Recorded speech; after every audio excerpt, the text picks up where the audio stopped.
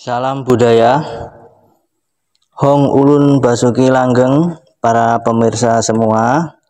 Jadi kali ini kita akan membahas tentang Gunung Bromo dan suku Tengger ya.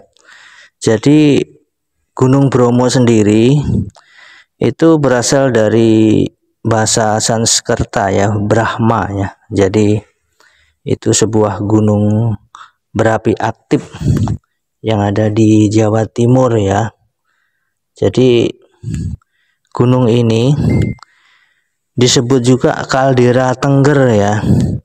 Jadi gunung ini mempunyai ketinggian 2614 meter di atas permukaan laut yang meliputi 4 kabupaten, yaitu Kabupaten Probolinggo, Kabupaten Pasuruan, Kabupaten Lumajang, dan Kabupaten Malang.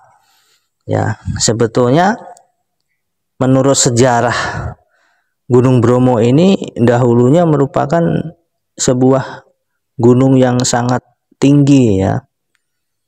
Jadi ketinggiannya ya mencapai 4000 meter di atas permukaan laut yang meliputi wilayah Tengger yang seperti tadi. Jadi akibat sebuah letusan yang besar akhirnya menciptakan sebuah kaldera ya. Jadi kaldera tersebut terdapat lautan pasir akibat materi vulkanik yang tertumpuk di dalamnya ya. Selain itu muncul gunung-gunung baru seperti Gunung Kursi, Widodaren, Watangan, Batok, dan terbaru hingga saat ini yaitu Gunung Bromo ya.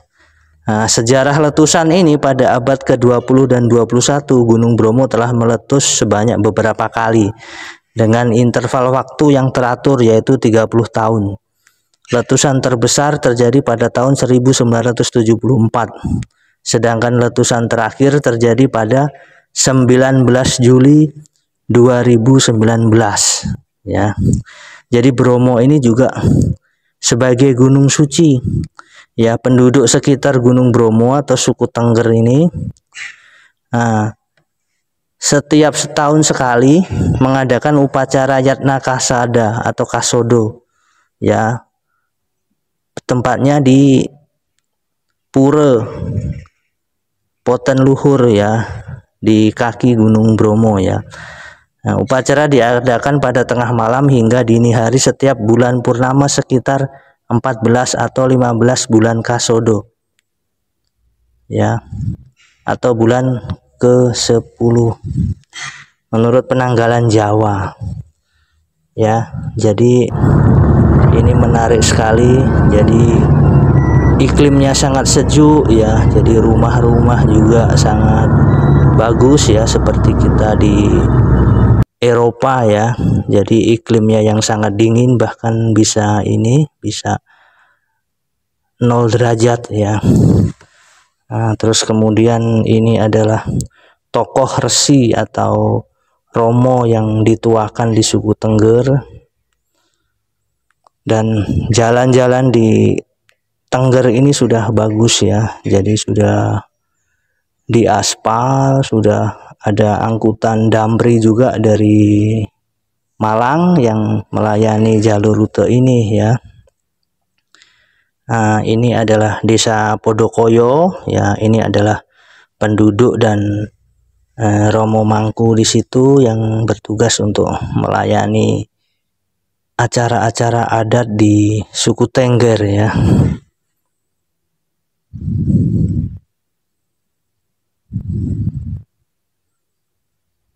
Jadi ada banyak turis juga yang hadir ke Bromo untuk menyaksikan keindahan alam dan sekaligus budaya yang unik ya. Ya, cuacanya yang begitu dingin, berkabut ya, membuat orang akan betah di daerah Tengger atau Bromo. Nah, ini adalah Pura Poten Luhur ya, yang biasa digunakan untuk upacara. Jadi ini adalah kawah Bromo ya yang masih aktif, dan ini adalah para dukun atau Romo dukun, Romo resi, para aparat Babinsa, Babi Kantipnas selalu kompak untuk menjaga keharmonisan, keamanan lingkungan yang kondusif ya. Nah, kita akan bahas tentang sejarah Tengger ya. Sebetulnya Tengger ini sudah ada sejak sebelum zaman kerajaan Majapahit, atau menurut prasasti Walandit sudah ada penghuni di sini yang selalu memuja Tuhan sebagai Sang Pencipta atau disebut dengan Dewa Brahma. Namun dalam perkembangannya setelah Majapahit runtuh diserang oleh kerajaan Demak ya. Jadi orang-orang yang setia dengan budaya Nusantara dan tidak mau menggunakan budaya asing yang baru yang mengalahkan kerajaan Majapahit tersebut melarikan diri. Salah satunya yaitu ke daerah Tengger ya. Nah, daerah Tengger ini sekarang meliputi Kabupaten Probolinggo, Pasuruan, Malang, dan Lumajang atau Karisidenan Malang ya, yang berletter N ya. Ini sebetulnya yang menandai letter N, letter P dan sebagainya itu adalah tentara Inggris. Jadi waktu itu zaman penjajahan Gubernur Jenderal Thomas Stamford Raffles, batalion yang bertugas di situ itu adalah batalion N ya. Nah, kemudian kita lanjutkan. Jadi orang-orang Majapahit yang masih loyal dengan budaya Nusantara ini mengungsi ke Blambangan ya, atau daerah Banyuwangi ya, berletter Karisidenan P ya. Nah, kemudian ke arah Bali atau berletter DK ya. Nah, kemudian ke sisi barat yaitu ke arah Kediri ya, atau Medang Kamulyan ya, atau Karisidenan Kediri yang berletter AG. Nah, kemudian ke arah Gunung Lawu ya, ke arah Karanganyar, Surakarta ya, yang berletter AD ya. Jadi banyak di situ dijumpai situs-situs seperti Candi Sukuh, Candi Ceto ya. Nah, berikutnya ke arah Jogja atau yang berletter AB yaitu di Mangir ya, yang sekarang dikenal dengan Hindu Mangir atau suku-suku Mangir. Jadi semua ini sebetulnya adalah orang-orang Majapahit, termasuk bangsawan-bangsawan Majapahit yang sudah kalah perang dan tetap setia dengan budaya ajaran Nusantara, melarikan diri ke daerah-daerah tersebut ya.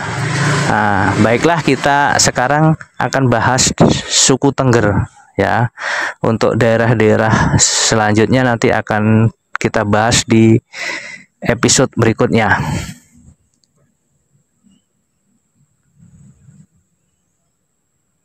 Kemudian asal-usul suku Tengger memiliki keterkaitan dengan beberapa teori dan cerita rakyat ya. Jadi salah satunya adalah legenda Roro Anteng dan Joko Seger ya, yang dipercaya sebagai leluhur suku Tengger ya dan Majapahit. Karena banyak yang meyakini bahwa suku Tengger adalah keturunan Majapahit yang melarikan diri saat perang saudara atau saat diserang oleh Demak ya. Selain itu, suku Tengger juga dipercaya memiliki akar sejarah yang lebih tua, bahkan sebelum adanya Majapahit ya. Jadi ada beberapa teori, salah satunya adalah legenda Roro Anteng dan Joko Seger ini. Jadi menurut cerita, Roro Anteng itu adalah putri Adipati Surogoto. Ini berasal dari Wengker, yaitu wilayah bawahan Majapahit yang ada di sekitar Ponorogo dan Madiun ya. Jadi sembuh dari penyakit setelah diberikan ramuan oleh Joko Seger. Kemudian mereka menikah dan membentuk komunitas yang dikenal sebagai suku Tengger ya. Jadi gabungan antara Roro Anteng dan Joko Seger ya. Nah, kemudian keterkaitan dengan Majapahit, banyak yang meyakini bahwa suku Tengger adalah keturunan Majapahit yang melarikan diri karena akibat penyerangan dari kerajaan Demak ya, karena Tengger dianggap sebagai tempat perlindungan alami karena topografinya yang sulit dijangkau ya. Ada pula teori yang menyatakan suku Tengger telah ada jauh sebelum Majapahit, dengan bukti prasasti Walandit yang menyebutkan adanya desa di pegunungan Tengger sebagai tempat suci bagi Yang Ulun atau abdi Tuhan, ya. Jadi kata Tengger juga bisa berarti tegak atau berdiam, yang melambangkan watak orang Tengger, serta berarti budi pekerti yang tercermin dalam kehidupannya, ya. Jadi orang Tengger itu sangat luhur budi pekertinya, ya. Jadi karena mereka adalah keturunan dari bangsawan Majapahit, ya. Jadi di Tengger itu sangat toleransi, walaupun mayoritas agamanya agama Hindu Tengger, tapi sangat menghormati agama lain. Bahkan umat minoritas agama lain boleh dengan bebas mendirikan tempat ibadah dan tidak ada pakai aturan SKB menteri dan lain-lain atau mempersulit minoritas, tidak ada seperti di tempat-tempat yang lain. Kemudian di Tengger itu juga tidak mengenal kasta, ya. Jadi mereka mempunyai persamaan hak dan kewajiban, ya, berdiri sama tinggi, duduk sama rendah, saling asah, asih, asuh. Di Tengger juga tidak jarang ditemukan, ya, tentang kejahatan, kriminal, perampokan, sebagainya. Bahkan di Tengger pun untuk kasus-kasus pencurian jarang terjadi, ya. Bahkan seperti hal-hal yang mengganggu ketertiban umum atau meminta-minta sumbangan di jalan atau premanisme, memasang drum atau bawa kardus atau umplung di pinggir jalan untuk meminta-minta, itu juga jarang ditemukan di kawasan Tengger ini, ya. Jadi mereka hidup damai, bersatu dengan alam, ya. Jadi mereka itu sangat menghormati Tuhan, ya. Jadi suku Tengger ini kemudian sangat yang atas buat menyayangi sesama manusia, ya. Jadi tidak membedakan itu mau suku apa, agama apa, mau kasta apa. Mereka dengan rendah hati, dengan begitu lugu dan begitu tulus untuk melayani dan bekerja sama dengan sesama manusia. Kemudian yaitu selalu menjaga keharmonisan alam, ya. Jadi sepertinya Tengger ini makanya diadakan berbagai upacara. Makanya janganlah kita mengatakan, oh ini hanya ada Tengger. Itu bukan ada Tengger, tapi memang itu adalah ritual agama Hindu Tengger, ya. Walaupun berbeda dengan ritual agama Hindu lain, itu ya janganlah kita mencemooh, ya, suku Tengger. Kemudian mungkin dari segi pakaiannya juga berbeda, ya. Ada yang pakai baju putih, ada yang hitam, ya. Janganlah ada mencemooh, wah hitam seperti tukang becak atau dan sebagainya. Itu tidak boleh dikatakan, ya. Kemudian sesajen atau banten-bantennya ya sesuai dengan umat Hindu Tengger, sesuai dengan alamnya, hasil buminya yang di situ. Jadi sebetulnya orang Tengger itu juga tidak menyembah berhala atau menyembah setan. Sesajen itu sebagai rasa syukur kepada Tuhan bahwa sudah diberi keselamatan, bahwa sudah diberi rezeki, diberi hasil bumi yang melimpah, dan orang Tengger mengembalikan atau sebagai tanda terima kasih kepada Tuhan yang selama ini telah diberikan semua kemakmuran dan kesehatannya. Makanya intinya walaupun berbeda-beda dengan sesuai dengan desa Kalapatra, ya, kita sebagai orang bijak janganlah memberikan stigma negatif terhadap suku Tengger ini, ya. Mereka juga sudah beragama, agama monoteisme, tidak menyembah berhala, tidak menyembah setan, menyembah Tuhan yang Maha Esa, walaupun dengan tata cara yang berbeda, ya. Termasuk pemimpin agamanya. Jadi ada Romo Dukun, ada Romo Mangku, ada Romo Resi, ya. Jadi dukun itu artinya duduk dengan tekun. Jadi orang yang sudah mendapat gelar dukun itu artinya orang yang sudah tekun dengan meditasinya, sudah bisa mengendalikan dirinya. Nah, orang-orang yang tidak suka dibikinlah stigma negatif seperti dukun santet, dukun ini, ya, yang negatif lah, yang pakai hitam itu diidentikan dengan setan. Makanya itu stigma yang tidak benar ya. Hitam itu adalah simbol dari Narayan atau Sang Wisnu itu sendiri. Makanya kita hendaknya jangan akan negatif sama orang ya, seperti gajah di pelupuk mata, tidak kelihatan semut di seberang lautan kelihatan. Hendaknya kita lebih introspeksi diri ya, janganlah menghujat ya, walaupun mungkin satu agama saling menghujat, apalagi beda agama. Hendaknya kita satu agama saling menghormati perbedaan, demikian juga lain agama kita saling menghormati, saling mengasihi, karena Tuhan hanya satu ya, jadi tidak perlu diperdebatkan lagi. Nah, ini adalah tradisi-tradisi dari umat Hindu Tengger ya, jadi merupakan nilai kekayaan yang budaya yang luhur yang perlu dilestarikan ya. Intinya semua makhluk berbahagia dan kita mendoakan semuanya tanpa membedakan agama apa, suku apa, dan lingkungan hidup semua agar selalu harmoni dan sejahtera.